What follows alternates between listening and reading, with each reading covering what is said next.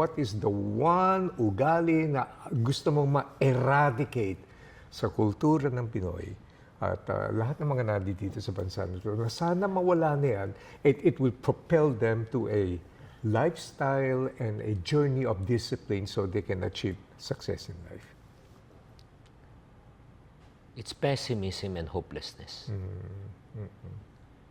Yung negative ba mag-isip. Whenever I give sessions, parang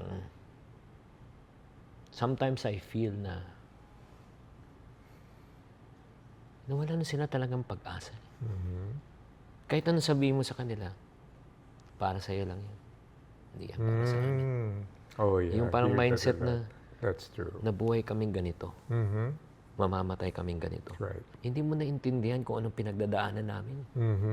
So instead of looking at the solution, they're more focused on the problem. Correct. Instead of, and honestly, it really pains me. Pains me in the sense na, kasi ang thinking, ang problema ko pera eh. Bigyan mo ko ng pera.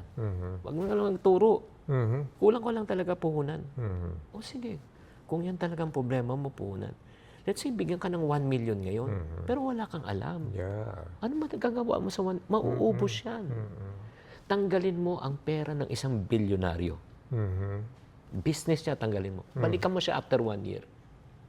Balik. Yes, that's the point. Exactly. But still, yun nga, it really pains me na if you're trapped, and I cannot blame people who live so long, yun sa sobrang tagal na sila naghirap, ninakawan na talaga ng pag-asa.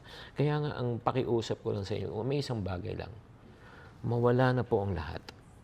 Pera, lahat. Huwag ka lang mawala ng pag-asa. Because he who has hope in the future has power in the present. Right. And he who does not have hope in the future have no power in the present. That's according to John Maxwell. Kaya nga, guys, ito lang sabihin ko ha. Sana paggising po natin dyan, yes, nalugi ka. Yes, na-scam ka.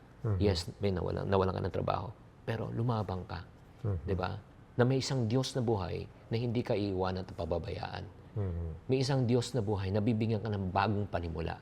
Na may isang Diyos na buhay na bibigyan ka ng panibagong idea, panibagong kalakasan para harapin mo ang iyong problema.